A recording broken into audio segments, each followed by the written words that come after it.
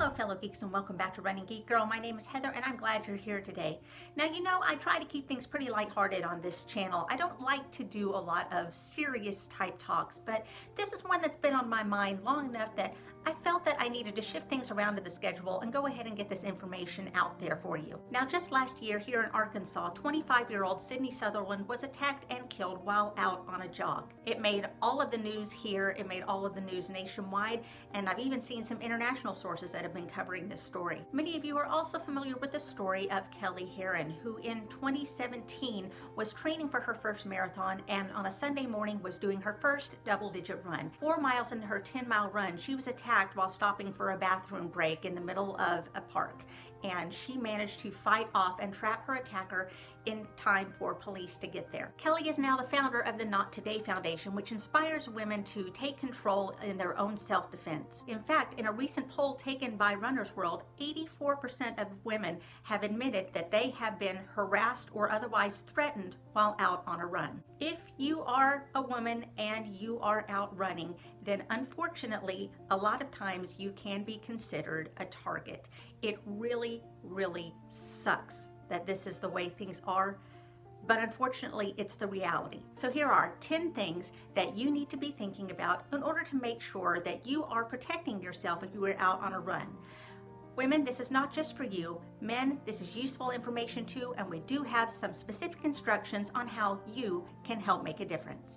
The first tip is, obviously, there's safety in numbers. If you are able to go on a run with someone else or with a group of people, then obviously that's going to be a safer option. Unfortunately, with the pandemic going on, that's not always a clear option, and a lot of people do prefer to run solo. Number 2, if you are going to be running alone, make sure that you let someone know that you are going out on a run. Give them an idea of where you'll be going and about how long it will take you to return. There are also a lot of apps out there that will use GPS to track you and let your loved ones know where you are. Road ID has an option for doing that. If you use a paid version of Strava, they have the beacon option that will allow others to follow where you are. And be sure to let that person know that you haven't checked in with them by a certain time that they need to be able to check on you. Give a phone call, shoot a text message or something like that just to make sure that everything is still on track. Number 3, run where you are familiar with the terrain and know how you can escape if you need to. Now, it's fine if you're going to be on a somewhat secluded area, but you need to be aware of what your options are for if someone makes you uncomfortable or starts to follow you out there.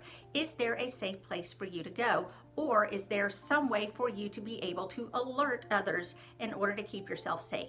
If you're in a new place and you're not really familiar with the area that you're going to run, this doesn't mean that you can't go out for a run, but you might want to check with local runners as to where the safest places are for you to go for a run, certain parks that you may be able to go to, certain areas of town that you may want to avoid.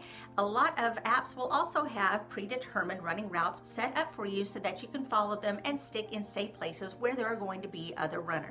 Number 4, if you tend to run along a familiar path, then feel free to change things up in order to throw off someone who may be watching that path and waiting for you. You can start your run at a different time, go an hour earlier, go an hour later. If you tend to run a loop in a clockwise direction, then maybe one day switch it to a counterclockwise loop. By avoiding making things the exact same every single time, it throws off anyone who wants to try to predict where they can corner you. Number 5, take a look at anything that you're wearing that could either prevent your safety or add to your safety. If you have longer hair, then you may not want to wear your hair up in a ponytail. Trust me, I'm guilty of this too. This just makes it easier for an attacker to grab and try to subdue you by grabbing your hair. Instead, it's easier if you put your hair in a bun like so, or wear it in a braid or underneath a hat, something where it's going to be harder for them to get a hold of your hair and subdue you in that way. You may also want to make clothing that will make you more visible to eyewitnesses. I like to wear a lot of things that are incredibly sparkly. I also like to wear a lot of really, really bright colors as often as I can. And a lot of this is to make me stand out in certain people's minds. Yes, it may make me a bit more visible to creepers, but should something happen to me, an eyewitness is probably not just going to remember a random jogger, but they will remember a jogger that was running by in a shiny red skirt or a hot pink jacket. And while for the most part you should avoid running by yourself, especially at night or super early in the morning before the sun is up, sometimes that's the only time that you have available, in which case you need to make yourself more visible to anyone around you. So make sure that you are wearing something that is reflective, and make sure that you are wearing lights. So wear a headlamp, wear knuckle lights. I myself like to wear the Knox Gear 360 vest that lights up in a whole bunch of different colors. It is definitely visible. It definitely makes sure that any oncoming traffic can find me, and anyone who may be watching and could potentially be an eyewitness is going to notice me. Number 6. If you are the type of person that likes to run with headphones or earbuds, then lower the volume enough that you can hear anything that may be coming up behind you or from the side. You need to make sure that while you can still hear your music or podcast or audiobook, that you are still able to hear everything that is going on around you so that you can remain more aware of your surroundings. I like to use an open ear bone conductor design so that my ears remain open and I can hear anything else that's going on around. It has helped me out a whole lot of times in hearing dogs coming up behind me or traffic that I may not have noticed. Unfortunately, for a lot of women, this is not an option, and they have had to just leave the music behind and run to just the sounds around them just for their own safety. But if you insist on having music or something to listen to, make sure that it is low enough or that your ears are open enough that you can still hear things going on. Number 7. Wear something that is going to protect you. I know a lot of women that run with a protective item. Now, here in the South, you tend to see a lot of women that will run while carrying a firearm.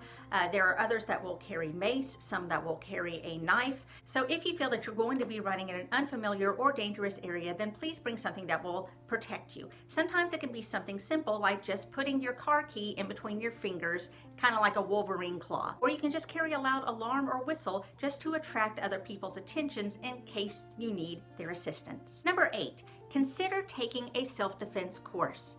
This is what saved Kelly Herron in her case, and I've talked to quite a few other female runners where this has protected them in their instances as well, where they were having to fight off an attacker.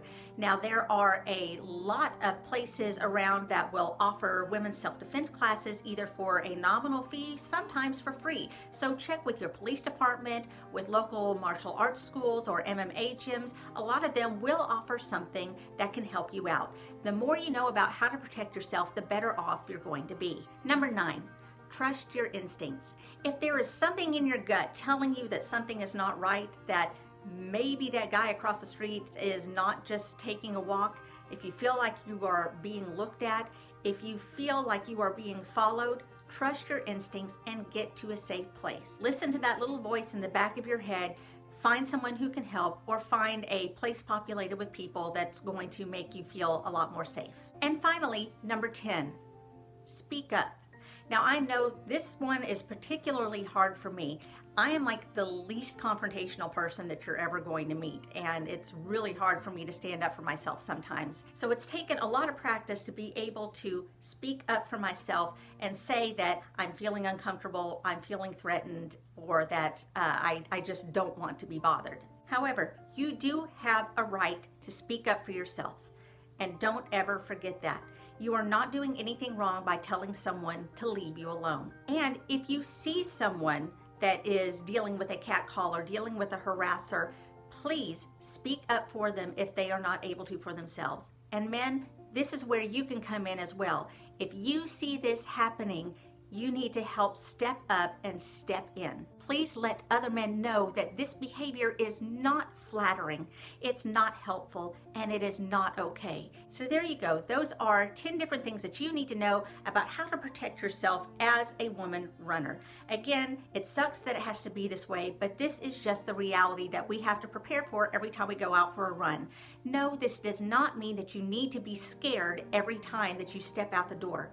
It's just things that you need to be aware of happening. Unfortunately, these things do happen, and they have happened to people that I know very well, and that has made me take steps in preparing myself in the event that something like this should happen to me as well.